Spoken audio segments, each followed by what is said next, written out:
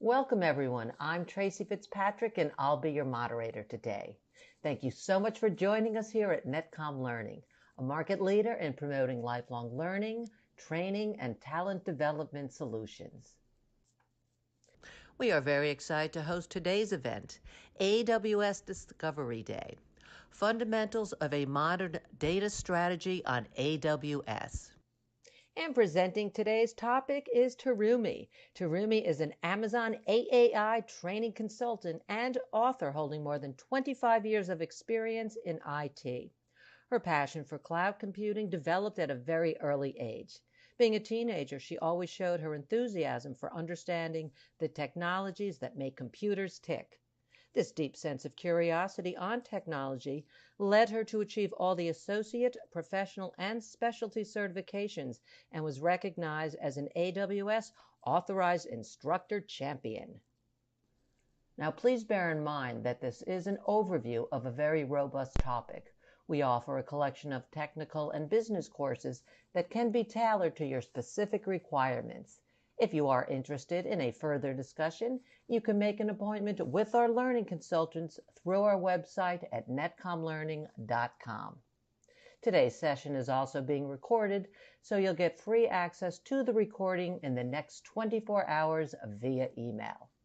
Netcom Learning helps customers build innovative learning organizations by achieving a smarter workforce, adapting to change, and driving growth.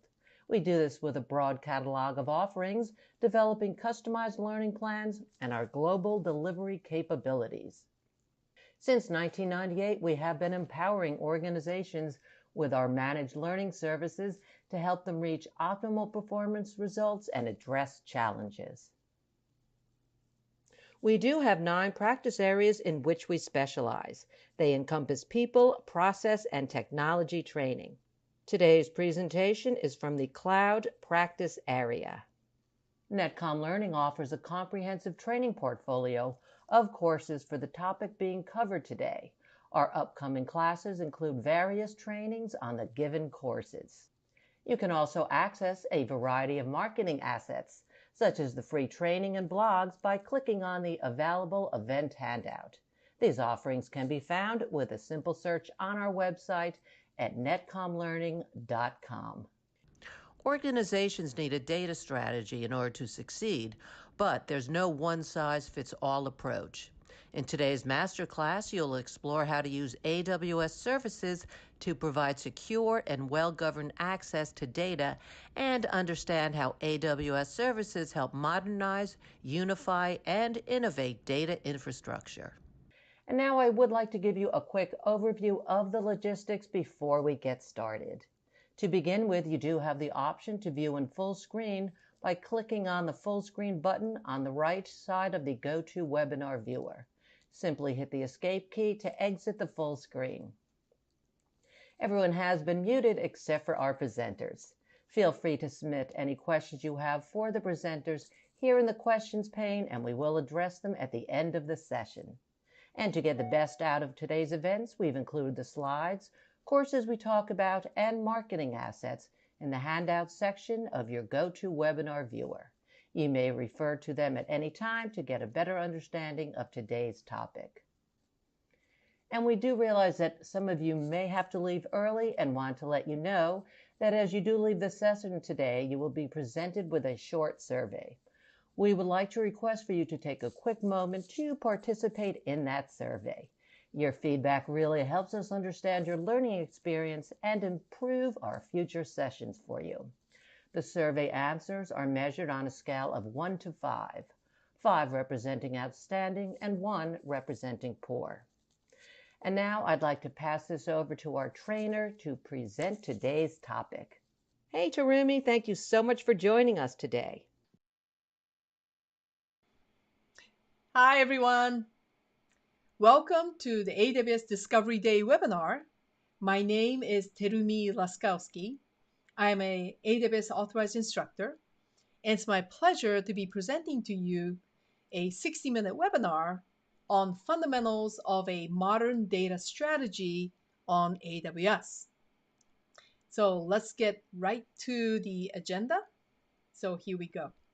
So what I will be presenting to you will be these three main topics.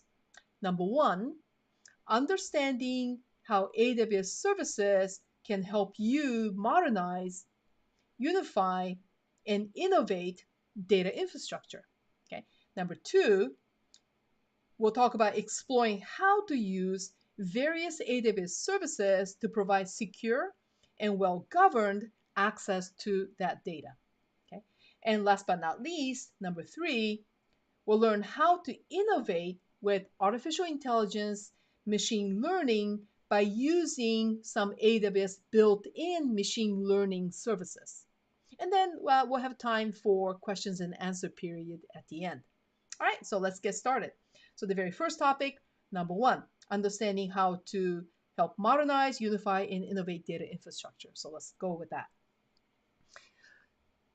So in this topic, I've actually compiled some information for you that breaks down this topic into three subtopics. So the first one will be infrastructure modernization using AWS. What are some strategies for unifying that data on AWS? And then this innovation that you can actually do that you couldn't do without using AWS. So let's go ahead and talk about those, okay? So first, the infrastructure modernization with AWS. Okay, so in this topic, basically we're talking about modernization, right? So the modernization means that you have some systems that are in your data centers that you may want to move into AWS. And as you move into AWS, not just move like lift and shift, but to actually modernize. And modernizing usually entails changing some part of your legacy systems, usually called the monolith applications, into something that's more suited to running in a cloud-based infrastructure. And that we normally call cloud native solutions. Okay? And also, how do we leverage all the data storage service options that are available on AWS? We're talking about data here. And in the past several years, the growth of data has just been tremendous, right? And different types of data has also been included in the mix. It's not just the database data anymore. We're talking about SNS data, we're talking about image data. These non-traditional, non-structured type of data is also something that our corporations want to leverage. So it requires a lot of storage, and that costs a lot of money. So is there any way that you could take advantage of all the storage solutions within AWS is what we're looking for. And then enhancing performance with something called Amazon Redshift, which is a data warehousing solutions on AWS, as well as AWS Lake Formation, which is a data lake solution inside AWS. So let's take a look just a little bit more into this. What is this cloud native stuff, and what is considered to be legacy systems, right? So when we're talking about legacy systems, we normally refer to them as monolith applications. So monolith means one big piece, right? So one big piece usually means code base, or some people may call it source code. It's one source code, one code base, sometimes million lines of code that has everything you need in that solution, all in that one piece. Okay, and that's the way we traditionally have created these, big applications. Okay, but there are some limitations when you create applications that way. Firstly, high cost. It's huge, and you require a lot of expensive infrastructure to run your applications. Okay, because they're pretty big.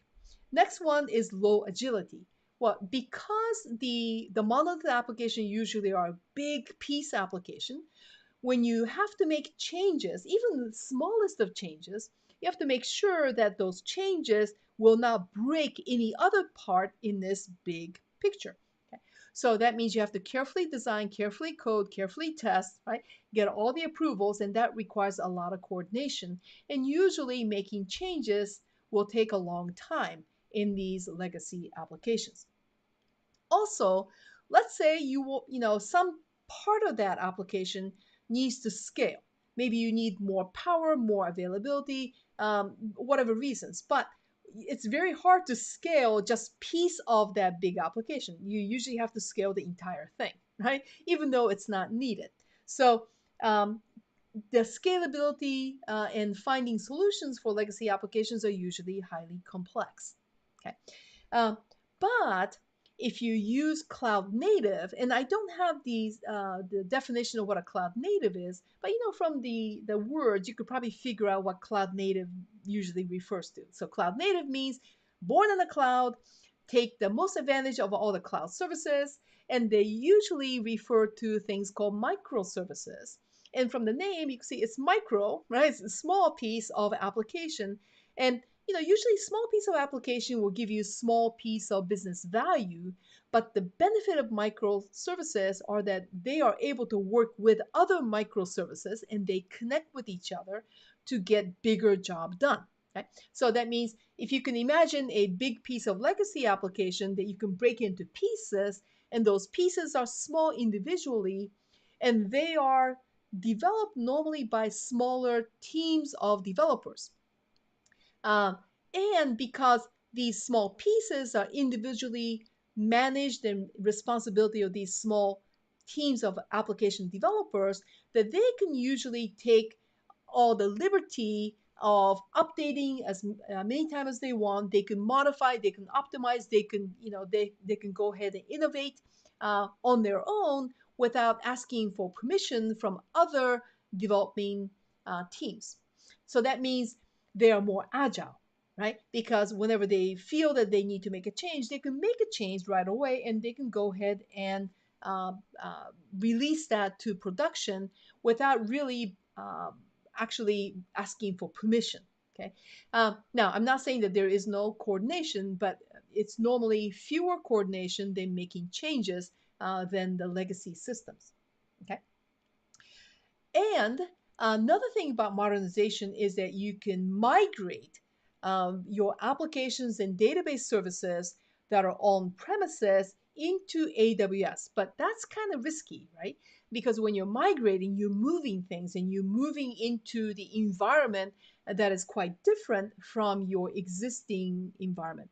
So AWS actually has tools that will assist you in this migration to lower the risk of something going terribly, horribly bad as you are migrating. Okay, so here I've put in here two tools. There are more tools than this for migration, but these are two major tools that people use. One is the Migration Hub. The other one is the AWS Database Migration Service.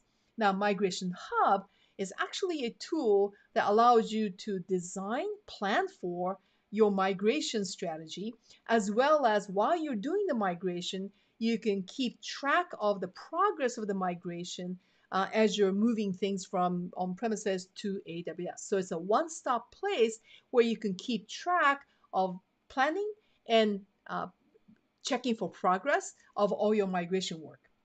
Now, databases. Now, databases usually pretty critical, and it's kind of scary to move databases from on-premises to AWS, especially if you cannot stop the service, right? So if you want to have service that's highly available and yet you are moving at the same time, very tricky to do so. Okay, but AWS actually has this database migration service that will reduce the risk of your system going down for the long period of time while you're migrating.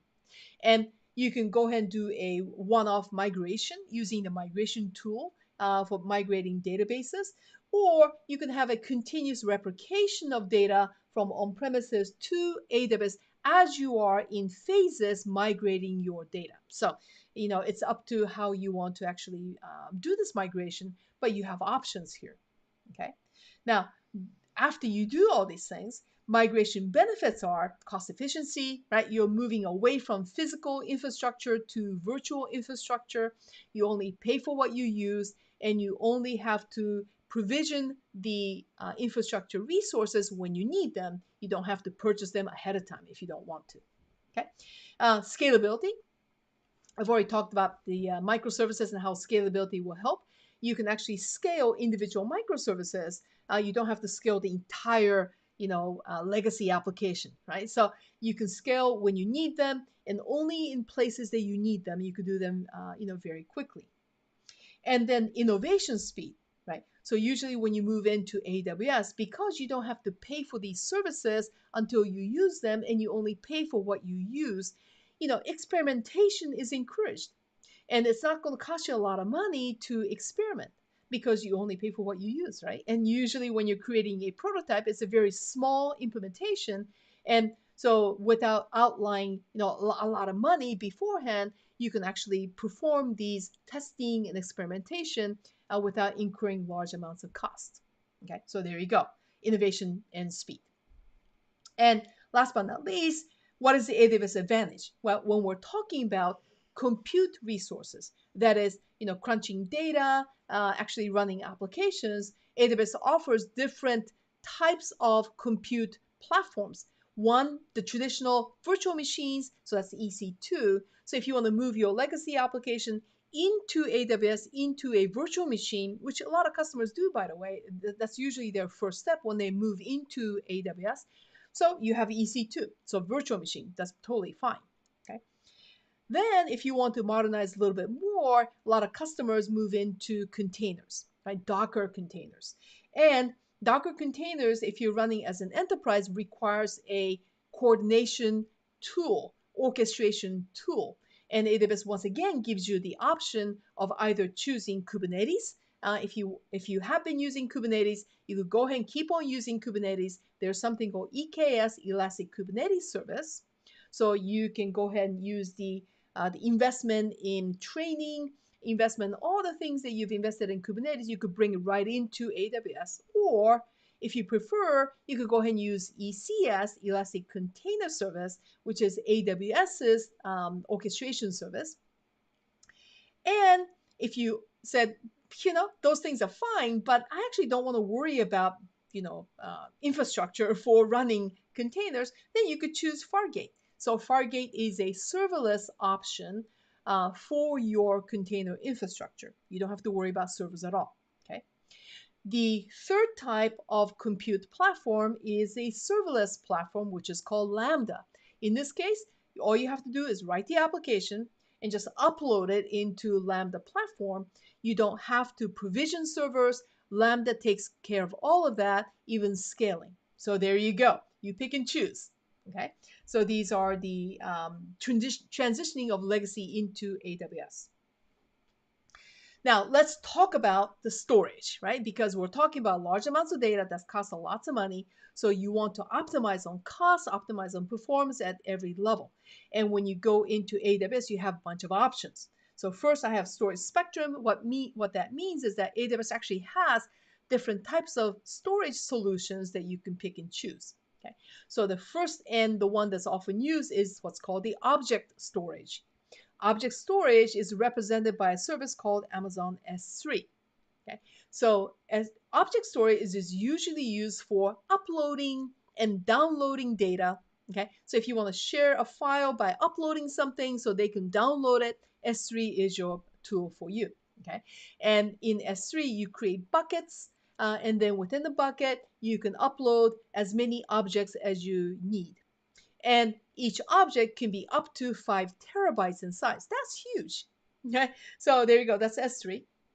But what if you want to install application, right? So if you have an EC2 virtual machine and you want to install operating system, install applications, install and save database data, then the block storage will be the solution. And the block storage is Amazon EBS or Elastic Block Storage. Okay, so this is a network attached storage solution that you can combine with EC2 to create a virtual machine with a highly scalable storage. So there you go. Now, it's not listed here, but there are a couple more storage options. One is a file sharing option, right?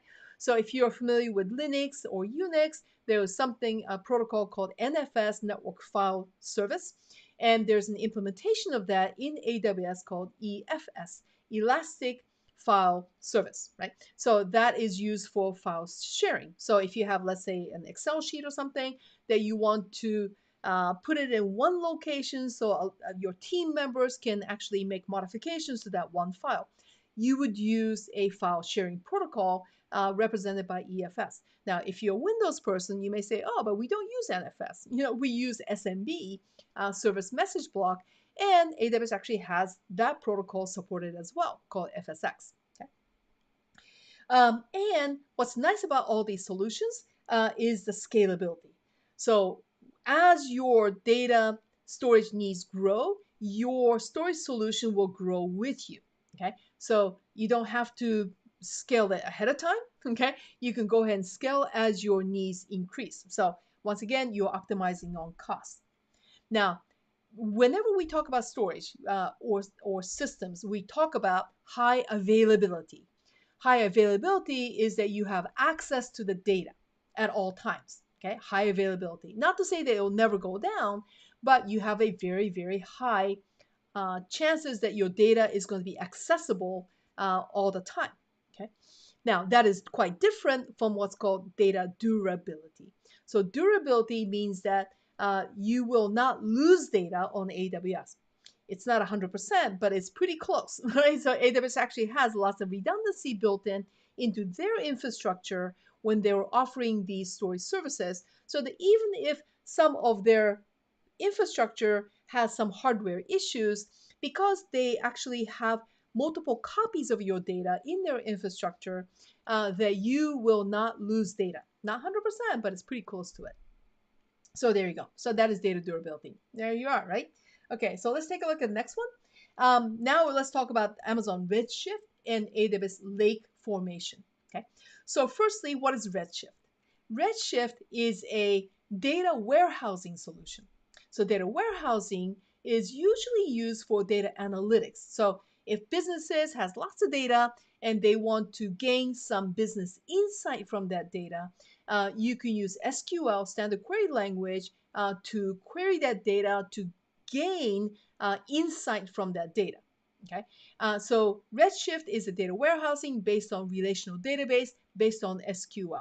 Right? It has a high scalability. It has tremendous size that you can query large amounts of data in this way. The Redshift Spectrum is like an extension of Redshift. So if you're using Redshift, normally you would move the data into Redshift itself. Okay, but if you use Redshift Spectrum, you can actually query the data that resides outside of Redshift. So here I have data in S3 without loading or converting or transforming the file to put it into Redshift. So there you go. Okay, so data can live outside of Redshift, and yet you can take advantage of the querying capability of data warehousing into that data. Now, but you have to kind of understand that Redshift fundamentally is a relational database. Okay, that is it's relational. It uses SQL. Very, very flexible in its the query language, but it does have a limitation as to the type of data that it prefers to use, right? So something that kind of matches a relational data model. But what if you have things that are not really suited for relational data, like images, like SNS, like any other type of data that you could think of that you would not put it into a traditional relational database? Well, this is where the data lakes come in, right? Data lake is a generic term for data repository for all different types of data that does not fit the normal relational data model. Now, in AWS, they'll help you create that data lakes by using a service called AWS Lake Formation. So it does simplify creating data lake solution. It doesn't take weeks or months. It just takes just matter of days. Okay, so that's your tool. Now, data lake optimization is that when you put the data in, one of the issues with data lake is that the data that goes in kind of mismatch, mishmash, right? It's like everything's kind of in there, and it becomes very murky, right? So that's what people usually say. That's the difficulty with data lakes. But with data lake optimization using the lake formation, you can go ahead and organize the data so you can cleanse them so that you have some organization. And once you cleanse the data, that is, get rid of the kind of data that that is missing data, something that doesn't really fit the format, you can actually use other services to kind of cleanse the data and then put it into the data lake or lake formation so that it'll help you when you're querying the data, right? Because the data is ready to be queried. Okay. Now, all these solutions, the redshift, the lake formation, okay, you can actually combine the two, right? So it's kind of nice. So you can analyze data across the data warehouse from using, let's say, using redshift spectrum and query into the data lake data as well. So you can go ahead and make it look like it's just one big data source, okay, even though you're using combination of these storage solutions. But we're talking about humongous amounts of data, okay, where you want to gain insight regardless of whether it is a traditional database type of data like a relational data or non-relational data types. Okay, so there you go. That kind of fits with the type of data that the corporation has been, collecting for the past few years. All right. So now with that, let's go ahead and move into the second piece of this, which is the data unification strategy. That is, rather than having dispersed types of data kind of spread out all over the place, is there any way that you can actually use like one way to kind of think about this, right? So having the data unified so that you could take advantage of the combined data. And the answer is yes. Okay, so here it is. So I've come up with three topics here. Implementing a central data hub type of strategy. Now, data hub is not a service, but it's just a concept that you have one location where all the data comes in, and combining the power of the relational database as well as NoSQL, that is non-relational type of data, and that the relational database service is called the RDS. Okay, and the non-relational one is the typical one that AWS uses is a flagship service called DynamoDB. Okay. We'll also talk about how do you integrate all these different types of data. Okay, so we'll talk about something called the ETL service, that is extract, transform, and load type service, which is called the data glue. AWS Glue, and AWS Data Pipeline, which actually assists you from moving data from one service to another service. Okay, so that's the another piece, and then the last piece is you want to ensure consistency of data as you're migrating data into and also integrating with various different types of data. And in order to help with that, AWS actually has a tool called AWS Schema Conversion Tool. Normally, conversion tools are used in concert with the data migration tool. Okay, so we'll talk about a little bit of that. All right, so without further ado, let's talk about the centralizing data in like a data hub type of scheme using RDS and Amazon DynamoDB. Okay? So RDS is a fully managed solution. So yes, it's a relational database solution, but it's fully managed. So fully managed means that you have certain controls of the size of the infrastructure, but after you actually set up the type of infrastructure that you want, almost everything else is now being managed by AWS. Okay. Now, RDS currently, you can choose different types of relational databases. So one is MySQL, the other one is PostgreSQL, Oracle, MS SQL Server, MariaDB, okay, and also Aurora. I didn't put it in here, but Aurora is also part of this RDS service. Okay, so these are all relational database services.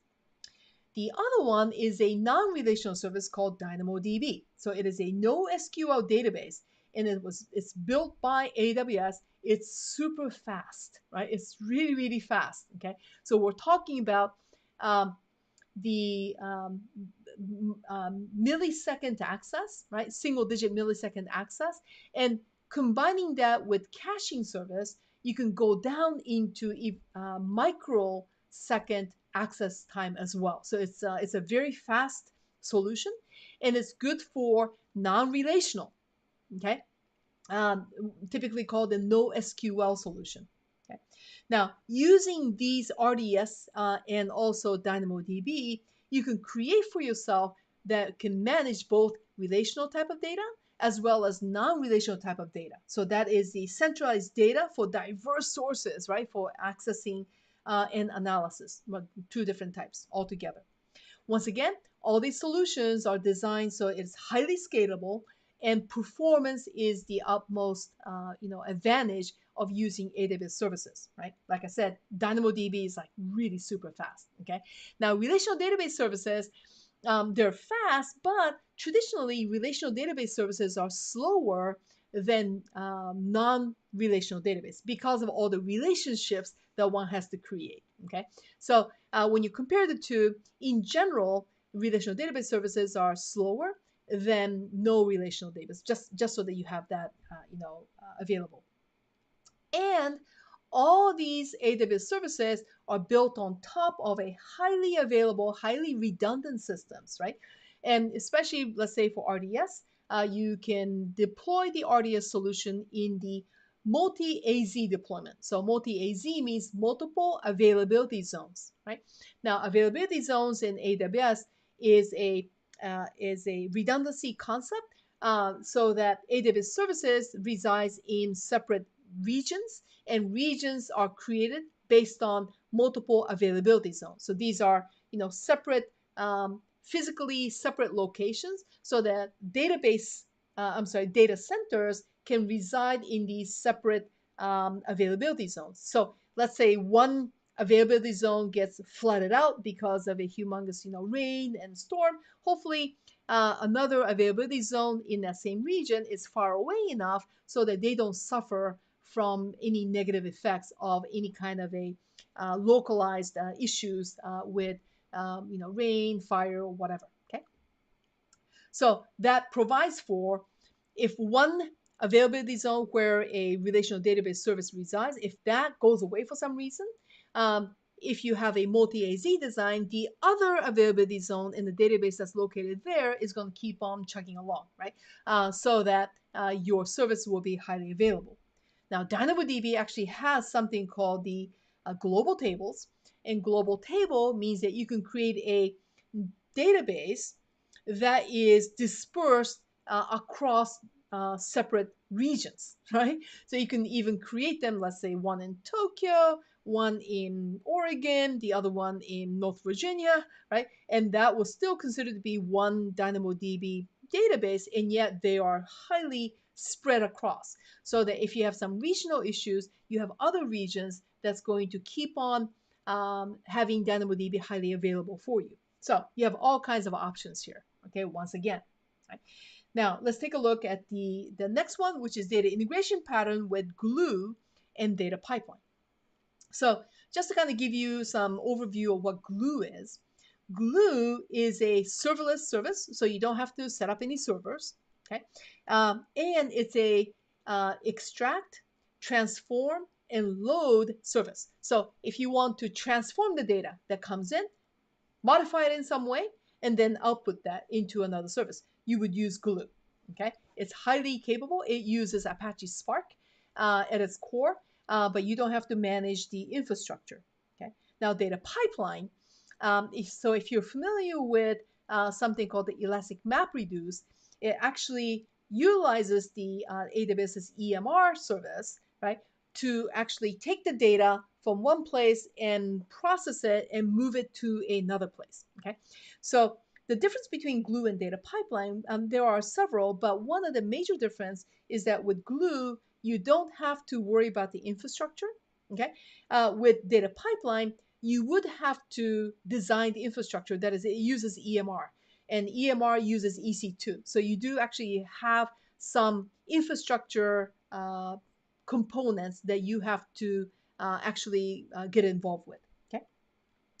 Now, integration, right? So if we're talking about data integration, these are the data pipeline, moving the data, glue, which transform the data, is used for integration. But the other thing is that it's very simple to use these services in conjunction with other types of services. For instance, S3, relational database service, DynamoDB. So these will leverage glue and data pipeline. Now, scalable transformation, glue, right, is it's highly performant. That is, it'll take huge amounts of data and it'll transform them for you in a very fast manner. Okay, so here I have large data sets, minimal setup, right? And it does use a Spark environment. So if you're familiar with Spark. Okay. Now, orchestration and automation, you can go ahead and automate these so that whenever the new data comes in, Glue kickstarts and it does the transformation. So you can automate any piece of this integration puzzle. Okay, and also with the data pipeline, they give you some template so that you don't have to think about configuration from scratch. You could go ahead and utilize the existing templates and apply to something that fits for your solution for integration. So there you go. All right, so the last piece of this is ensuring data consistency, right? So because when you're moving, you may not be moving from one type of database to the exactly same type of database on AWS. Maybe it's a different type of relational database. Maybe it's a newer version of the database. And whenever you move data, there's usually a data conversion, some mismatch in the schema, if you understand that terminology in database. So in order for you to move into this different type of database, you normally have to convert the schema first, then you move the data. And it's not an easy task, right? Because database is a complex piece of software. But AWS actually does have a tool that will assist you in a major way when it converts. So this is a tool called the Schema Conversion Tool. Okay, so it's called the SCT. So it will take your original data, a schema within your database, and it'll take the where the new database that you're moving into, and it'll try to convert your original one to the new one, right? So that you don't have to work yourself. That the schema conversion tool will do most of the conversion for you. Okay, it'll map the data type for you. Okay, it'll actually do a code conversion, which is pretty wild. Because when you have data, migration, it's not just about moving the data, right, in a database. A lot of these high-end databases will have features called stored procedures. Now, stored procedures are compiled SQL code that actually resides inside the database. So when you are migrating, you have to convert that stored procedure, which is a piece of code, into the stored procedure, into the new piece of database. So that code also has to be converted and moved over and placed into the new database. So they will convert the stored procedures for you, functions, code to format compatible with the target database, which is like pretty wild. Okay, now sometimes it will not be able to convert certain things. When it does that, it will tell you which piece they were able to convert and which piece requires your attention. Okay, so that you can clearly see and reduce the workload that you have to do yourself, even in these complex migration work. Okay, also the schema conversion tool and the database migration tool, as I mentioned before, can actually help you to do continuous replication. So you don't have to have a one-off migration. You can actually do this in a continuous manner. So if you are very risk averse, or if you still want to, have the on-premises application still access the on-premises database, but on the backside to move that data over into AWS, you can actually do that, right, with using the continuous replication. And it supports for diverse databases, right? So there is a table of conversion, which type of database can be converted to what, and there are many combinations and permutations that you can choose from. So there you go. All right. So now let's go ahead and move into innovation through data architecture. Okay. So here we talked about, and we will be talking about serverless architectures such as Lambda, which I've already discussed, and using Lambda for data processing without coming up with your own infrastructure. Next one is Amazon Kinesis. Okay, so Kinesis is a streaming service, so it can ingest streaming data into AWS, and then to take that data and store it in other AWS services. So it actually helps you to ingest and then move that streaming data into other storage or other systems. Okay. And we can't forget the Internet of Things, right? Because Internet of Things is a one design pattern where you have some local processing, and then you have management of those IoT devices, central management in the cloud. So that is called the AWS IoT Greengrass, and where you can have locally generated data and collect it and then move it into AWS environment. Okay, so these are some of the architecture that you can take advantage of. So here, serverless architecture, I'm not going to be reading through this, but lambdas are heavily used for microservices. Okay, it's very nice for that. And once again, you don't have to worry about the infrastructure. All you have to do is write your code and upload it into Lambda. Now, Lambda behind the scenes is actually it's running your code inside a container environment. Okay, but you don't have to worry about that. AWS will actually create that for you. Okay, so it's very cost efficient because you don't actually pay for anything until that moment your code has to run. Okay, and then you're charged by 100 milliseconds unit. Okay, so even if you have your code just waiting and not running, you don't pay for storing that code, which is pretty amazing, right? It's because it's practically free. Okay, then when you actually have an event that triggers Lambda, Lambda will do a flurry of activities, and you pay for that activity. But when it's done, it actually goes back again, being dormant. Okay, so it's very cost effective. And boy, it's perfect for microservices. Okay, there's zero administration because there's zero infrastructure that you have to manage, and it's really nice for real-time processing of data. Now, once again, Lambda is called event-driven execution. So Lambda is not running when you don't need it. It only runs when some trigger actually calls on Lambda to request the services, and then Lambda will come up and run, and it'll go back again, not running, right? So it's very cost efficient. So there you go. Okay. All right. Now let's talk about Kinesis. Okay. So real-time data processing using Kinesis. So here, data ingestion. So some types of data may be just uploading onto S3, but some type of data is going to be streaming data, okay, coming in. So how do you handle that? Kinesis. Kinesis, there are actually two types of Kinesis services. One is called the Kinesis Data Streams, and the other one is called the Kinesis Data Firehose. Now, Kinesis Data Streams is more customizable, but it does take a little bit of customized work, right? But it is highly flexible, and it's super fast, okay? And by the way, you probably should need to know that these Kinesis type of services can act as a buffer, okay? Even though it is accepting streaming data, especially for something like a Kinesis Data Firehose, it's able to hold that data in the service, and you can go ahead and access that data. So it does act like a buffer, okay, at times. Okay.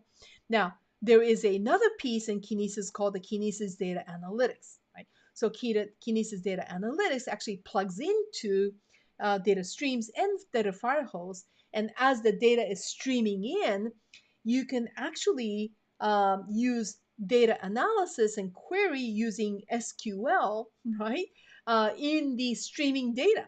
Okay, so you can do analysis as the data is coming in real time, right? Okay, so because of that, you're not pooling the data and you're waiting until all the data is there and doing the analysis. You can actually do analysis as the data is coming in. So that means you can get analysis very quickly on the data that is coming in. So that is, the point about number 5 here, immediate insight. Okay. And as I mentioned, Kinesis is there to ingest the data and then to offload that data onto other services. So it actually is used for integration work as well as connectivity work. Okay, so it does easily integrate with third party using the libraries that they offer, as well as, especially for Kinesis Data Firehose, it's like a plug and play. So it plugs into data sources and it plugs into where you will be outputting that data, right? So it's the difference between data streams and data firehose is that data streams is more customizable, whereas data firehose is less customizable, but it is simpler to use. Okay, so there you go. Right? Check these things out. Right? Okay, so now let's talk about the last piece in this section, which is the Internet of Things. Okay, so the Internet of Things is that local devices that can handle data and process data and analyze data locally, right, inside the individual devices, right? So you probably see some of the Internet of Things are like these smartwatches, right? All kinds of devices that are out in the world. But if you want to aggregate the data and also to manage these devices, because you don't have a whole bunch of small little devices kind of all over the place, right? You need some management. AWS actually offers something called green grass. Okay, so that helps you with aggregating the data and also managing these devices.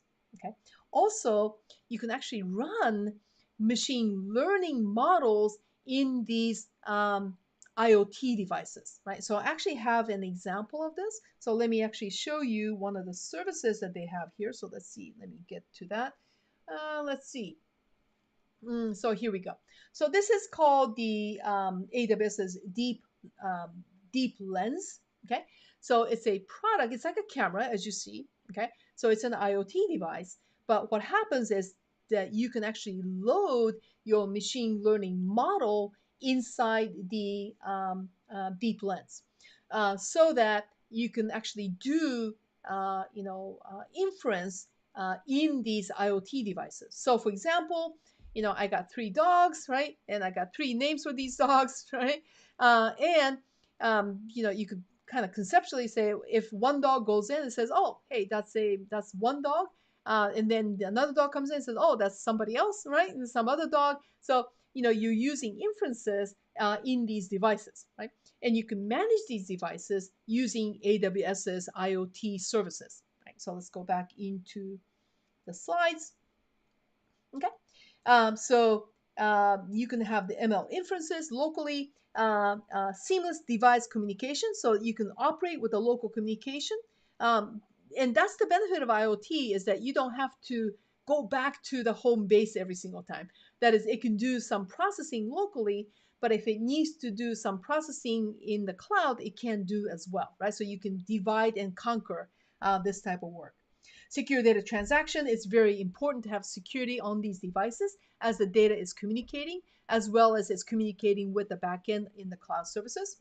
So AWS does provide security, the authentication of these devices. So you want to make sure that the rogue devices do not connect and put wrong data in there. So there are security features built in. Reduce the latency. So respond to local events. When you have local devices, it's able to very quickly respond to local events. So that's the benefit of IoT devices. And if you use the green grass, you can simplify the deployment of these devices because there is a management of device features inside the IoT services within AWS. So there you have it. Okay. But I think this probably is a good place to take a short break. I think we've been talking probably close to an hour right now. So let's go and take a 5-minute break. And after 5 minutes, we'll return and we'll get started right away. Thank you. Sure, we are now going to take a 5-minute break, but before we do that, we are going to launch a quick poll that we want to invite you to participate in. Doing so helps us know how we can better serve you by telling us who might be interested in more information or in taking some additional training. In addition, we have a lot more informative webinars coming up, so please go to netcomlearning.com/webinars in order to register.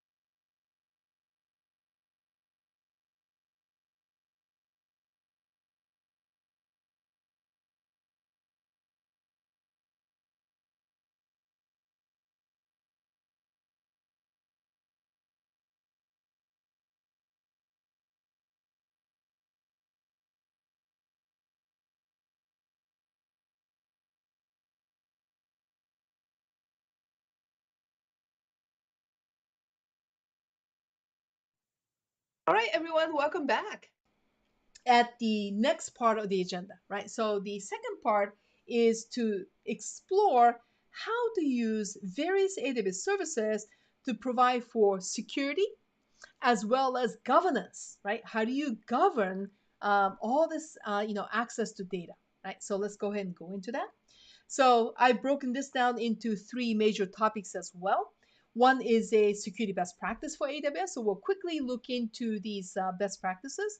Then we'll think about, well, what does governance mean, right? And what can you do relating to governance on AWS?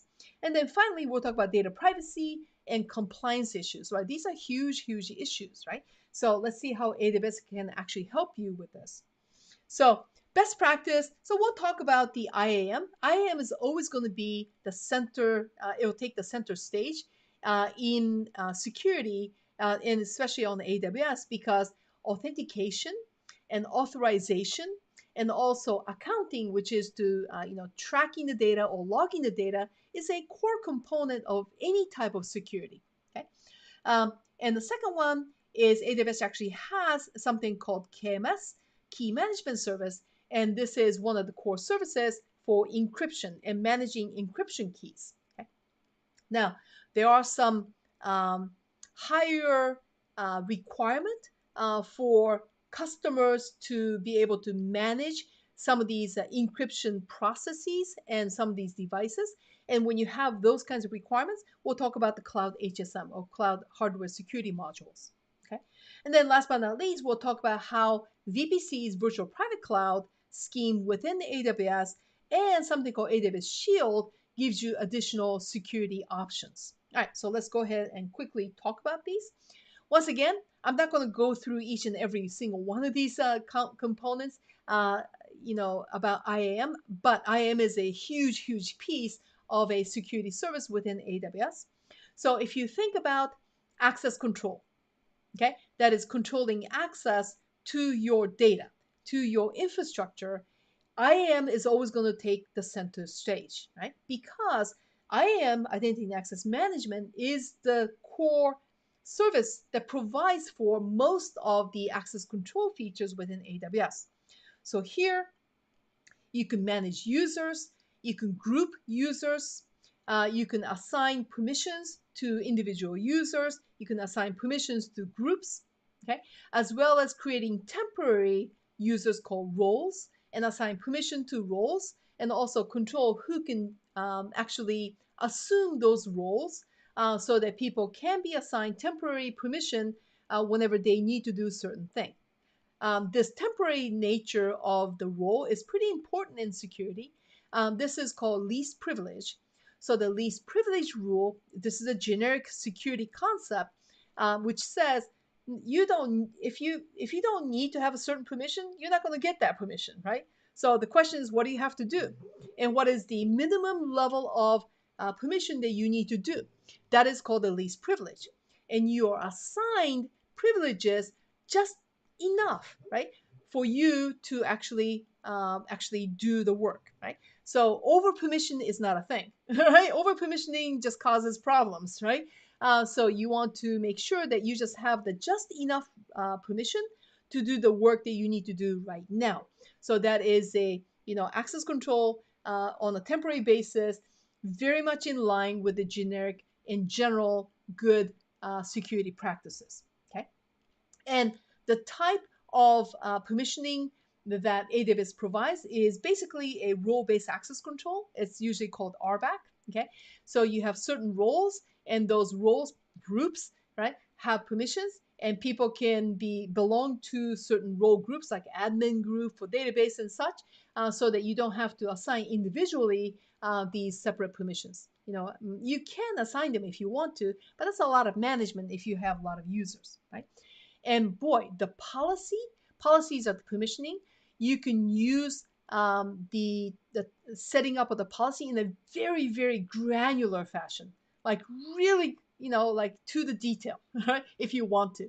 But if you don't want to do that, there are already pre-made policies that AWS will provide to you. So you can just go ahead and pick and choose the one that you think best fit your needs. Okay. Now, multi-factor authentication, is a best practice these days. ID and password usually is not enough. You need to have additional the authentication factors is what they call. Sometimes you need tokens. Sometimes you need biometric. And AWS will support multi-factor authentication, especially tokens. And if you want to connect using existing authentication platform that you use, like Microsoft Active Directory, AWS actually has several ways that you can integrate your existing Active Directory users and structures with AWS groups and permissions. Okay, so there's a very nice integration, so you don't have to create two different authentication or access control schemes. You can just go ahead and use the one that you are used to using. Okay, and also IAM provides for tracking and logging so that you can use that data for auditing, right? So auditing is pretty important, because bad things inevitably happens. When it does happen, you want to be able to narrow your investigation and find out what went wrong, right? So that you can do better next time. So there you go. So audit and compliance, it does give you those tools. All right, so that is IAM. Okay, this is usually like a 2-hour block, right? Instruction. I'm trying to do it in 3 minutes. All right, so there you go. The next one is encryption. Okay, so encryption is a very, very important part of security. Okay, so encryption is usually a requirement and a lot of compliance, such as PCI DSS, for payment card industry data security standard, or healthcare information. You just name it, and usually encryption is part of it, right? So, probably a lot of you have heard about SSL, secure socket layer, or TLS, transport layer security for encrypting network traffic, right? So all these things require one type or another of encryption algorithms and encryption schemes. Okay? And most of these encryption algorithms will require you to create keys, okay, keys, right? And the encryption is a pretty complex issue, but managing keys is so hard because, once you start encrypting a lot of things, you're going to get a bunch of keys. And if you lose a key, right, that could be a vulnerability. People can, go ahead and steal the key and start decrypting things that, you don't want. People can start to pretend to be somebody else by using keys. So, key management is a major headache. Okay, so how does AWS help you with managing these encryption keys? Well, one of the service here is the AWS KMS, Key Management Service. Okay, so KMS allows you to centralize your key management work. And KMS actually integrates with various services. So if you wanted to encrypt the data that goes into S3, by the way, it's by default now S3 data is encrypted, well, that requires keys. But KMS is integrated with that. Okay. Also, what about EBS? You may want to encrypt your block storage. KMS is integrated with that too. Relational database service. KMS actually has a very nice integration with relational database services because databases have to be encrypted. Redshift and other services, just name it.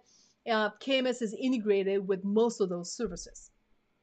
Also, another thing, it's not enough to just create keys. You have to change them, right, periodically, because the longer you use a same key, more opportunity for that key to be leaked and be compromised, right? So you want to make sure that you change them often enough to make sure that you don't have those types of problems. But key rotation, once you start having a bunch of keys, that's going to be a lot of work too, right? So KMS actually helps you with automated key rotation services. Isn't that great? Okay. Now, as I mentioned though, KMS though is fully managed by AWS. And some compliance requirement says, no, you can't actually delegate that to AWS. You have to do it yourself. Well, how do you do that if you want to leverage the cloud at the same time and not have this key management on your own premises, right? Because now you actually have these systems in totally different locations, one in your data centers and the other the actual data in AWS. So how do you have the best of both worlds? That is, you can have things totally in AWS, but you can manage them more, personally. That is, you can have more part in managing this key management part of it. And the answer to that is Cloud HSM. So hardware security module is a physical piece of hardware that resides within AWS premises, but you get to manage them, right? So it's not a like a virtual server or virtual service. No, you actually get to you get assigned a piece of hardware, right? And that's the benefit of Cloud HSM, and you have more control over the HSM. So in a lot of situations, in audits, having using AWS HSM, or I'm sorry, the Cloud HSM, is going to satisfy that auditing requirement. But you do really have to talk to your auditor whether the Cloud HSM is going to satisfy them fully. But if they say yes, great, you have that option as well. Okay. All right, so network security, right? Okay, network security. So in a lot of cases, a lot of these AWS services requires that you have a virtual private cloud, which is VPC. So it's a little carved away network for your use inside the AWS networking system. Okay, by creating a VPC. So for instance, something like EC2, you have to put them in the VPC. You have to have a VPC in order for you to start launching these virtual machines. But the benefit of this is that the VPC is isolated from everybody else. So if you want somebody to access things that are on your virtual private cloud, remember it's a virtual, but it's a private cloud, virtual private cloud, you have a say as to who comes in, who goes out, all that. Okay, and the type of components that you can use to secure your resources in VPC are things like security groups. So security group is like it actually is a firewall, but you can put a firewall right to the network interface that the EC2 is connected to. So it's almost like an individual firewall per EC2. Okay, and you can actually reuse that same security group to other EC2s within that VPC. Also, you have a network ACL, network access control list, that is another type of firewall that you can apply to the network segments themselves. Okay, and you can also control the route tables within the VPC. So route table controls who sees what segment within your network. So you have some control there too. Okay, so there you go. So you basically have the route table, you have the network ACL, and you have the security group. Okay, and there are additional firewall type of services that are available once you have a network. So there you go. Okay, and then I want to talk about another service called AWS Shield. Now, you probably heard about the type of attacks that happens. There's something called the DDoS, right? Distributed denial of service, right? So distributed denial of service is going on like every second of the day, right? It's just that you don't see it, but these are usually launched by attackers who has a huge network of these zombie hosts called the bots. And these bots, hundreds, maybe even thousands, all throughout the globe, is organized into something called the botnets that are controlled by the hackers. And the point of the DDoS is to send to the target, the victim systems, tremendous amount of traffic so that either the network bandwidth is all used up, right? Or the processing power of your compute resources are all used up. In either way, whichever way, the legitimate traffic cannot go through, so the legitimate users are denied access to that service. So that's a DDoS. Okay, it's a humongous problem, right? So how does AWS protect your resources from these DDoS attacks? Well, there is a service. It's actually a standard service. It's a free service called AWS Shield. Now, AWS actually does have a paid-for service. It's called Shield Advanced Service. But the standard service that protects you from a typical network DDoS attacks are free. Okay, because look, AWS has to protect its resources too. And when it's protecting its resource from DDoS, it's protecting your resources too, because your resources, your servers and your networks are on AWS, right? But if you need additional support, then you have to pay for that.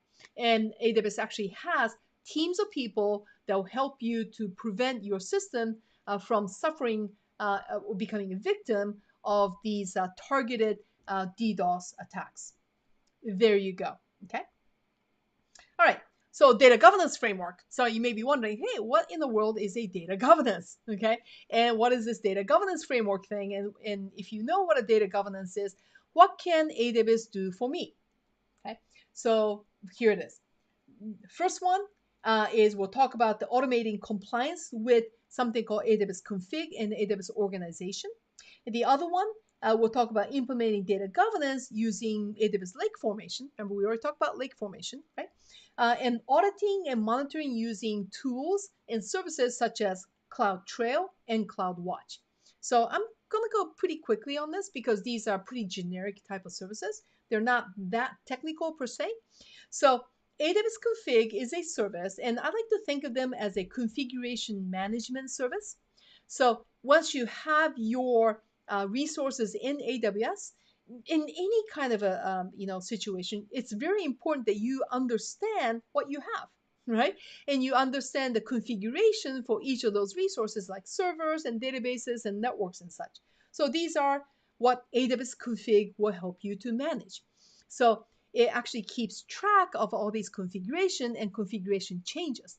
And also, if certain changes are made, let's say to the network, let's say somebody changes your security group without your permission, it changes, it can actually flag that, and you can tell it to take certain actions, to take corrective actions. Okay, so that's kind of nice, right?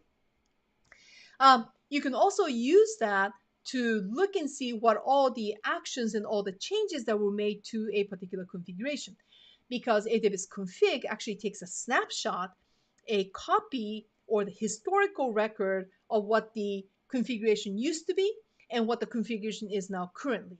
So you can go ahead and track how the configuration for a particular resource has changed over time. So that's going to help you with auditing, okay? And it's going to help you with any kind of a troubleshooting or remediation. And when something stopped working, and say, hey, what happened? What changes were made? So there you go. So that's the AWS config. Now, AWS organization is a way for you to manage multiple AWS accounts, okay, as one huge unit. Okay, so that's called AWS organization. And very rarely would you just only have one AWS account. Normally, enterprises will have multiple accounts for multiple purposes, and there are different reasons why you would have multiple accounts. But by having multiple accounts, you have a lot more things to manage, right? And as a company, if you have multiple accounts, you want some cohesive, some consistent structure to how these accounts integrates into your one company, right? It has to look like a one thing, not multiple separate accounts running all over the place, right? So using organization, you can put your accounts into hierarchical order. You can group them together. And once you group them together, you could start putting certain types of security controls as a group. Okay. And there's something called the SCP, which is a short for service control policies, SCPs. And these are access control mechanisms that you can assign to individual accounts as well as to grouping of accounts. So there you go. So this is a way for you to manage multiple accounts in a centralized way, especially for security and access control, reasons. But organization can also help you to centralize certain security management. So if you have something like a network firewall, you have, let's say, 10 accounts, and you want to manage same type of policies to these individual accounts, you don't want to be going into individual accounts and setting up the firewall separately. That's a lot of work, okay? So you can set up these policies in one place within the organization, and you can just go ahead and push out these policies. Isn't that nice?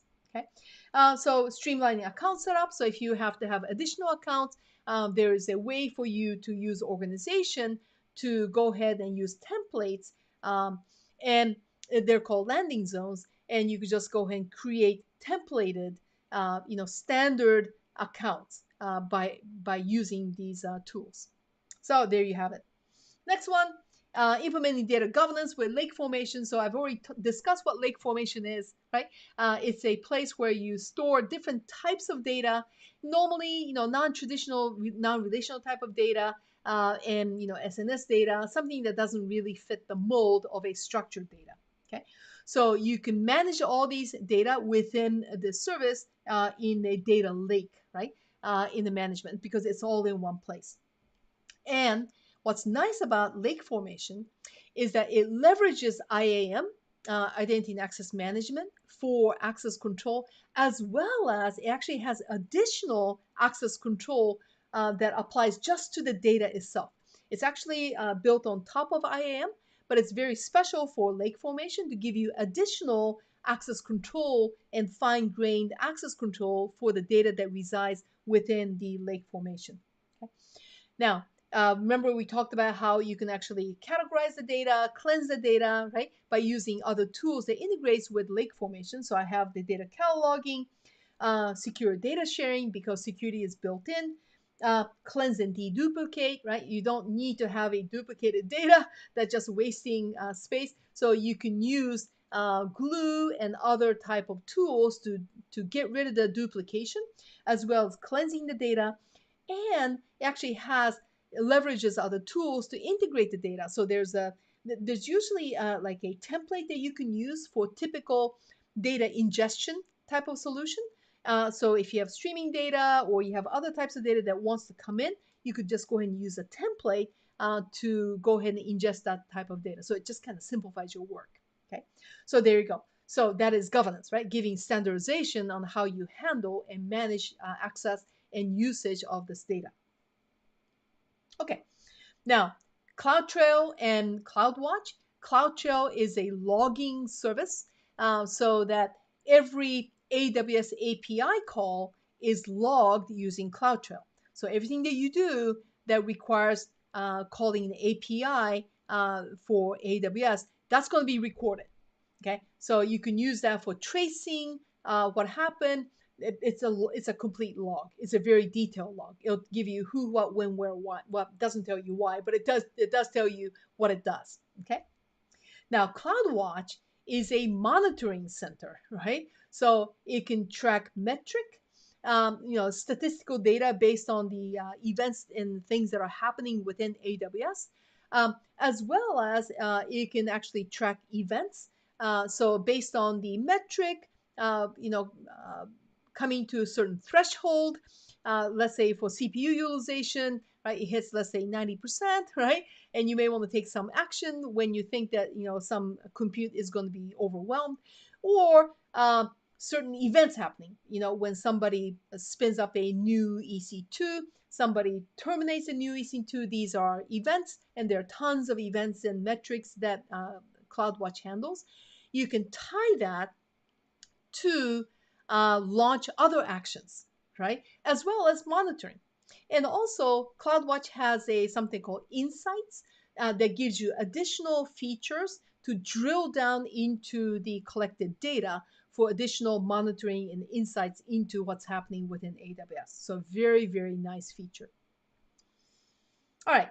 So managing data privacy and compliance. So that is going to be the last piece. So we'll talk about GDPR, HIPAA, right? So these are privacy compliance, healthcare compliance, and there are others, right? Like credit card security compliance. We'll talk about that. Data residency and sovereignty considerations. So some types of compliance will require that the data resides in a certain location. So for instance, you may say certain types of data must stay within the USA and it cannot go outside of the US, or vice versa, right? It cannot come into the US, right? There are all kinds of different, data sovereignty and residency requirements. AWS will be able to help you with that, as well as general privacy in data protection. Okay, so let's go ahead and take a look at this. Here, navigating the global compliance framework. So in AWS, right? So if we talk about it in a very simplistic manner, cloud has a feature of data outsourcing, right? Okay. So when you outsource, certain things are the responsibility of the people who is managing the infrastructure, and certain things are responsibility of people choosing to provide the data to the outsourcer. Now, AWS is not an outsourcing, it is quite different, but if you were to kind of look at it in a simplistic way, yeah, it could kind of sort of look like an outsourcing. Okay. So that means in AWS's case, there are certain things that AWS is responsible for because you don't have access to them, right? You don't have access to the physical hardware. You don't have access to the people that AWS work. So that's the AWS's responsibility. But the data that you choose to put into AWS, that's your responsibility. And to divide up the responsibility very clearly so that everybody knows what each people is supposed to do, that is called shared responsibility model. Okay. So that is the first step in understanding compliance. So there are certain things that the AWS can help you with the compliance and certain things that you have to do yourself for compliance. Now, there are GDPR tools. Remember, GDPR is a data privacy regulation in European EU nations. So here, data encryption is going to be a big part, access control, the location of the data, okay, and how the data must be handled, right, to protect the EU citizens and their data privacy. So it's a pretty stringent regulation. And AWS actually has GDPR oriented tools that you can leverage. Okay. Now, HIPAA is a U.S. compliance for healthcare information, right? So encryption is a big part of the person's healthcare information or private healthcare information. Access control to that data, okay, and also there's something called the BAA, right? So BAA stands for Business Associate Addendum. So for any entities such as healthcare organization that wants to allow other services to take care of the part of the system within the scope within HIPAA, that organization has to provide something called the BAA. So that's a requirement, and AWS will provide BAA to entities that want to leverage AWS in their solution for handling the HIPAA compliance. Okay, so that's pretty important, but AWS does offer that. All right, so data residency sovereignty considerations. So this is basically about certain compliance where they say, look, your data cannot leave your premises. Right? So your data must be inside your data center. But what if you want to use AWS? Right? AWS is not inside your data center, right? It's in AWS's data center. You want to leverage that, but your compliance says you can't. Okay? How do you get the best of both worlds? Well, you can bring a little bit of AWS right, inside your data center. Okay, and so that is basically what a AWS outpost is. So let me actually show you what that looks like. I actually have a picture. There it is.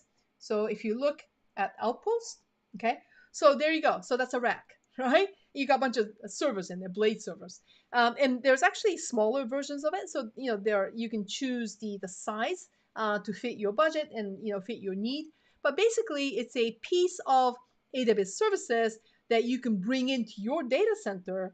You provide the electricity, you provide the HVAC, right? And AWS provides the rack and hardware. AWS will connect that into the region, and this becomes an extension of AWS region slash availability zone inside your data center. Okay, so you don't manage it, you just give it a place to stay. Okay, but this will solve some of the certain cases where auditors said, okay, yeah, you're using AWS, but your data is not leaving your premises. You're still using AWS services. Yeah, this is a perfect solution. So this is called the outpost, right? Isn't that great? I just think it's the neatest thing. All right, so that's going to solve, a lot of these, local data processing requirements, as well as certain data laws that, it's very strict about where the data must reside. Okay, you can still take advantage of the cloud services, and it is still AWS service. So you can access your services that are provided in your rack, like EC2 and VPCs and things, just like you would handle all the other services that actually resides inside the AWS's on premises. AWS's premises. Okay, and so it's a hybrid experience that is pretty seamless, right? Only those services and your data is inside your data center. So there you have it. Okay. The next one here is privacy by design. Okay. So the privacy design means Amazon Macie in this case, and Amazon data privacy tools. Okay. So here I've chosen this to just kind of highlight some of the tools that you have for privacy. Now, if you are familiar with services called DLP, data loss prevention. So data loss prevention is almost like an upside down firewall, right? So the firewall will keep bad things out and protect, your internal resources. But Macie, the DLP, will help you not leak important information from inside to the outside, right? So it's preventing data leakage. Okay? Now, Macie will handle that on S3. So, there are a lot of cases where people put important data in S3 and it leaks from S3 because they've, misconfigured something. Okay. So Macie will keep an eye on S3. And if they feel that there is some sensitive information, or maybe it's a oversharing of data, it's going to give you a warning. It's not going to stop anything, but it will tell you that, hey, maybe you should take a look at this. Okay. And there are other data privacy tools, like a encryption services, access control services, the ETL that you can use to process the data, to anonymize the data. So there are many tools that are available in AWS that will help you with privacy as well. Okay. All right. So now we're here and just quickly cover how do you leverage machine learning and artificial intelligence. Okay. But I'm actually specifically focusing in on these AWS services that already has machine learning built in, right? This is not where you are creating, the machine learning from scratch or machine learning models from scratch, but they're already built into a lot of these services. So let's quickly take a look at it. Okay. So we'll take a look at what's called SageMaker, which is a cornerstone of AWS's AI platform. Okay, and we'll also look at the AWS AI services for ready-made. It's built-in intelligence into existing services, and then how do you innovate using data services with built-in ML features? Okay, so let's go ahead and take a look at that. So SageMaker. So we'll talk about the built-in algorithms for SageMaker. We'll also look at how quickly you can bring up a model by prototyping and how quickly you can actually deploy that model. Okay, and how does it integrate with traditional tools such as Jupyter Notebook? Okay, so here we are. SageMaker has a lot of already built-in algorithms that people commonly use. Okay, so I actually have a website that's chosen here. So let me see. I have I believe it is here. No, hang on. There it is, right? So here, this is a list of common information about built-in algorithms. So if you are, if you're familiar with AI and its algorithms, SageMaker has a lot of those things built in, as well as specific AWS specific algorithms in there too. Okay, so that's already available. Okay, it's very easy to use. It's made so that you can do most of the AI work just in this one platform, which is SageMaker. Now, there's something called automatic model tuning. Model tuning is usually a very time-intensive type of work that requires a lot of manual labor, right? But SageMaker actually helps you automate some of that work. Scalable training. So training is the part that actually requires a lot of computing power. So if you need more, SageMaker is going to give you more. Okay, and integration with Jupyter notebooks and other AWS data services, so it actually integrates well to grab the data that you need and then to actually create the model and also to create the platform so that you can deploy the model and make that available to the world. Okay. Now, quickly, model prototyping. So, because SageMaker is a one-stop shop, you can quickly, gather the data, cleanse the data, right? And then train the model and then test it out. Okay, you can actually create multiple types of models and see which one works the best, right? So you're actually prototyping. So SageMaker will help you with that. Now, Notebook, Jupyter Notebook actually is integrated with SageMaker, and it actually has a bunch of templates. So it gives you a lot of examples. So that is very helpful. It's pretty amazing how much examples they have. The framework, if you're already used to using different types of AI framework, SageMaker is compatible with that, such as TensorFlow, PyTorch, MXNet. So these are pretty popular framework outside of AWS. So AWS actually incorporates that. So you can just go ahead and keep on using that. One-click deployment, like I said, it's a one-stop shop, right? So it's everything from training the model, testing the model, and then to deploying it, creating the infrastructure and deploying the model. Okay, and then you can actually monitor it, to retrain it and redeploy it, right? So you can go ahead and leverage that, power. Integration with Jupyter Notebook, yes. So if you do AI work, you probably know Jupyter Notebook. It's not an AWS thing, right? It's used by outside world as well. It's very nice to do incremental work, so that you don't have to write a big application. You could just go ahead and write small snippets of application, and for AI work. And then you could just go ahead and write a little piece, run it, see how it works. And then you could just go ahead and write another piece, try it, see how it works, and you keep on moving that way. So it's very nice for analysis work, as well as this Jupyter Noteworks actually integrates very nicely with the developer kits. So these are libraries that connects right into SageMaker, right? So it integrates well with SageMaker, and integrates well with other AWS services. Okay. All right. So utilizing AI services for ready-made intelligence. Now, there are tons of AI services that I can't just cover here, but I just picked three. Amazon Comprehend, Amazon Recognition, and Amazon Poly. Okay. Due to time, I'm not going to go into individually, but Amazon Comprehend, from the word, you could probably tell that you say something or you give information to Amazon Comprehend, it's going to try to understand what you're trying to say. Okay. So it does handle natural language processing. It does sentiment analysis. So it'll try to figure out, are you happy? Are you angry? Are you like, what up? So it's real nice that way, right? To do communication work. Now, Amazon Recognition is a image recognition AI. So it already has a built-in model that if you give image, it can recognize people, it can recognize scenes, it can recognize buildings, it can recognize text, it can recognize a lot of entities like that. Okay.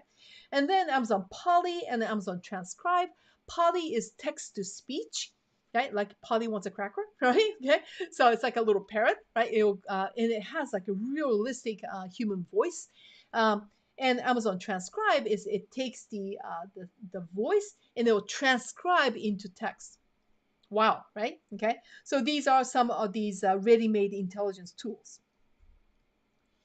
Now here is the last piece here is innovation with AWS data services and built-in ML, right? So there are some services that you wouldn't think that integrates machine learning, but it does. Okay. Once again, I'm just going to cover them very quickly here. Amazon Redshift ML, yeah, data warehousing and machine learning. How does that work, right? Well, machine learning takes lots of data, and who has lots of data?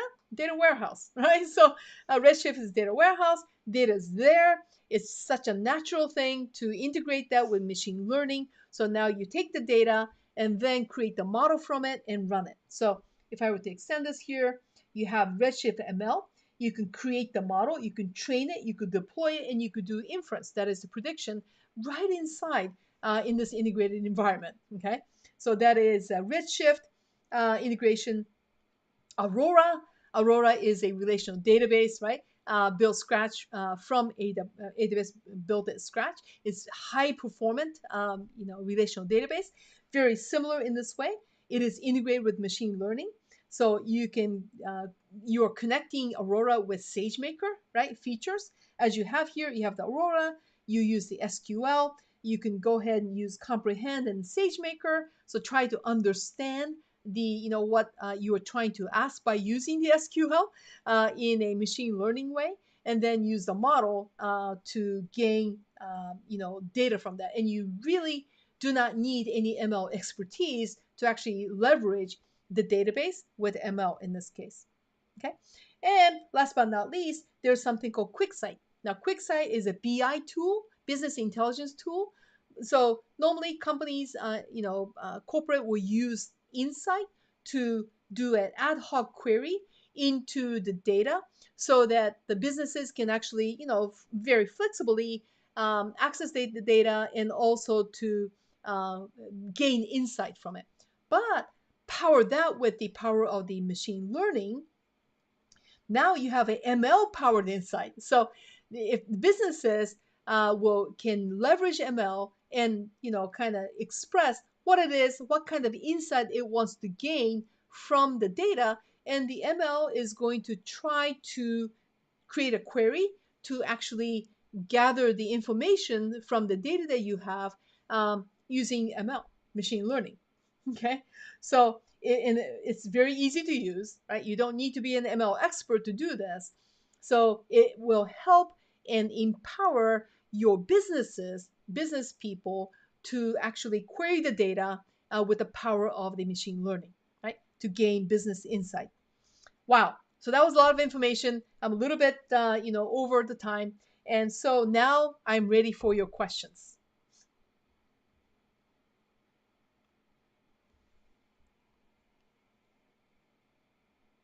Thank you, Terumi. That was very informative. I know everyone is looking forward to the Q&A session, so go ahead and start putting your questions into the questions panel.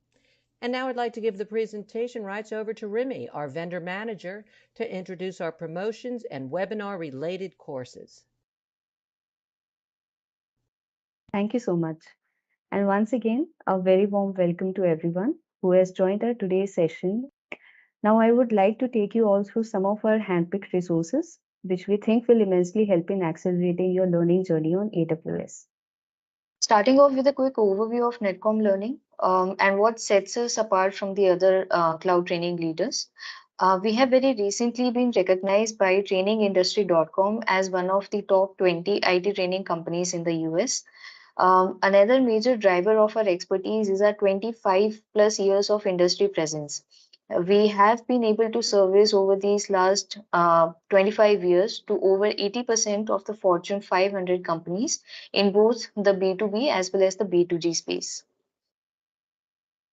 Now, we just wanted to mention that this session is being recorded. So in case you want to refer back to any of the topics that will be covered during the today's session, we will be sharing the recording with you later on, so you can access the recording through that link. Moving to the recommended courses, which we think will best suit your learning journey. What you see right now are some of our upcoming training batches on the top courses, which you can register for. The dates have been mentioned, but in case you have any queries regarding the same, you can at any time reach out to our team.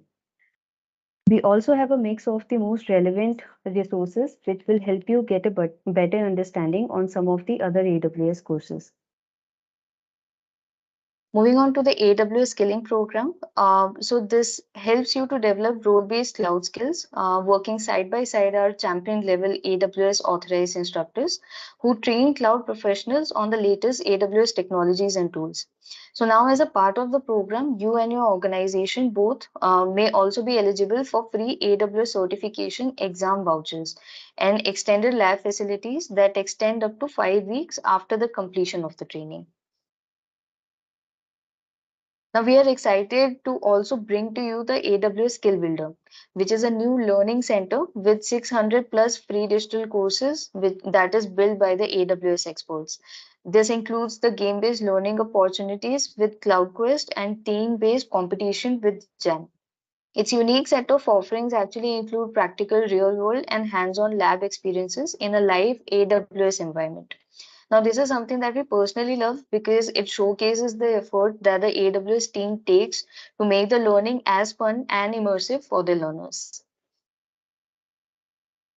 Moving on, another big announcement that we have for our learners today, and something that I had given a hint in the previous, in one of the previous slides, is about our ongoing discount fest, which, as a part of which, you can now choose the AWS training which suits your job role, and you can enroll yourself at almost half of the original price. Please note that this offer is applicable only on the course trainings and not on the course certifications, and the last date to enroll for this is September 30th. Moving on, our free AWS e-learning resources follow a self-paced training model wherein you get the liberty of accessing extensive course-related videos that are delivered by the AWS subject matter experts on the go. So these videos cover the availability on the device of your choice. So you can access them from your laptop, from your tablet, from your phones as well. So please feel free to access these free resources and make the most out of them. Additionally, please feel free to register for a demo to get an idea on what our 2-hour private group trainings on AWS entails. Now, these trainings will be delivered by our AWS authorized instructors with an agenda of understanding the different AWS services and solutions, and will be beneficial for you to devise a roadmap as per your team's current learning needs. The Amazon Web Services Learning Needs Analysis, which we also call as AWS LNA. Now, this is a free self-assessment tool that helps you identify your organization's cloud skills gap. That includes the participating employees to complete an adaptive e-survey that takes no more than 15 minutes, depending on the role.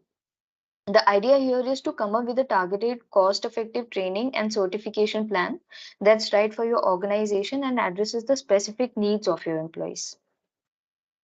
Moving on, we have the Learning Passport next, which is a flexible team training package specifically designed and customized for the number of learners you have. The Learning Passport is redeemable across our entire portfolio, which covers more than 4,000 official courses valid over 12 months.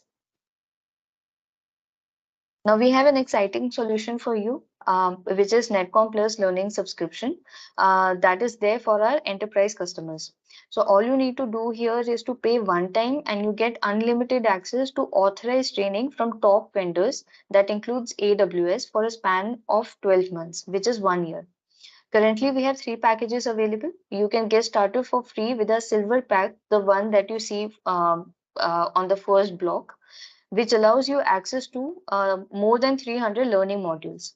You can upgrade to the gold pack for just $199 and access 400 plus learning modules in addition to the silver pack benefits. And lastly, we highly recommend our most popular offering of all and ideal for our enterprise customers, which is the platinum package that can be unlocked if you have more than 10 learners. Now, in terms of the benefits, it gives you access to 400 plus learning modules and 100 plus virtual instructor led courses across top vendors. So it's a great offering that Netcom team has curated just for our learners. So if you require the details, we will be sharing all the details with you, the links with you. Please take some time to go through them. And if you are interested, we have our team uh, that can answer any of your queries that you might have around the learner subscription. Now, in addition to our custom programs, do feel free to also go through some of our additional resources, which are curated, keeping the learners' needs in demand, and let us know learners' needs in mind, and let us know in the comments if you have any recommendations for us with respect to coming up with more such assets. Now, apart from our virtual sessions, you can also catch the relevant updates related to IT and business training through our social media handles. So please feel free to follow us on all for all the latest updates. Now, lastly, the CEO of Netcom Learning is an avid writer, and you can check out a glimpse of his book, which is a practical, actionable guide on how to boost performance, successfully manage change, and innovate more quickly. Thank you. Thanks so much for guiding us through that information, Remy. And now we're going to go ahead and jump right into our question and answer session. Our first question is, how do AWS services integrate with one another to ensure a seamless data strategy? Right? So during my webinar, I think I covered some of these strategies, but to summarize, right, AWS services are really built to work in conjunction with one another. So they're built like a little building blocks, right? So it offers a seamless integration that streamlines your data strategy in a lot of ways. So for example, right, so let's say you collected data and it goes into S3. Now, once it goes into S3, it can actually trigger Lambda function to process that data. Okay, and the Lambda function can actually integrate with Redshift so that the data can be analyzed in Redshift. And then you can also integrate that with AI and ML insight through services like SageMaker, right? Okay, so that is like a total integration, and something like Glue, right? You can easily prepare and load data for analytics, and also something like Kinesis can handle real-time data streaming as well as data analysis, and then provide that to other pieces of AWS services, right? And all these integrations are made possible by the AWS's APIs, application programming interfaces that it offers. Okay, so there you go. You can also do this through Management Console, and there are a bunch of templates that you can use to go ahead, not start from scratch, but start from where people have already created the framework for you. Okay, this allows you to easily connect different services to build really a comprehensive and secure and very efficient data infrastructure. I hope that that answers your question. Let's take another one. Can you elaborate on how AWS ensures data security and compliance across different regions, especially given varying international data protection regulations like GDPR? Now, I've also covered this too, but AWS actually ensures data security and compliance by allowing you to store data in the location of your choice, right? That is specific region to comply with these local laws, such as GDPR.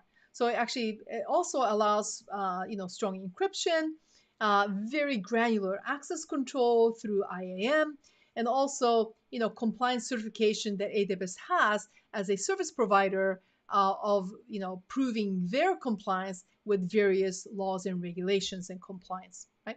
So AWS also provides contractual assurance and transparency through something called AWS Artifact, which shows you all the third-party, auditing that AWS has gone through that allows customers to meet the international data protection regulations, efficiently and effectively. Okay. Okay, looks like we have time for one last question for today. How accessible are AWS's machine learning tools for organizations that do not have in-house machine learning expertise? Okay. Well, AWS machine learning tools are really highly accessible, all right, in these cases, even without having in-house machine learning expertise. Okay? Things like SageMaker actually allows you to use machine learning process by having pre-built models. Right? Something is already built for you, and automatic model tuning. Like I said, that really avoids a lot of manual work that people has to do. Okay.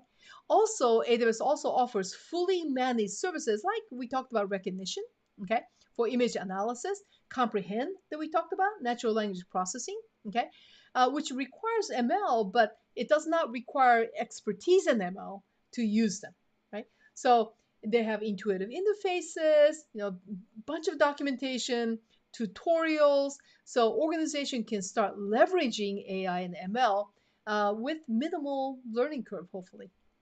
All right. Thank you for those questions. Once again, I want to remind you that as you leave the session today, you will be presented with a short survey.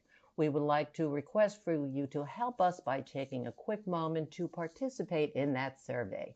Your feedback really helps us understand your learning experience as we are constantly looking at how we can improve our future sessions. The survey answers are measured on a scale of 1 to 5, 5 representing outstanding and 1 representing poor. We want to thank all of you for joining us today, and if you do come up with any additional questions, feel free to send them to webinar@netcomlearning.com at any time. We hope that you found today's webinar informative, and we look forward to seeing you back here with us soon. Feel free to tell your friends and colleagues about our webinars and other courses. Have a great day, everyone.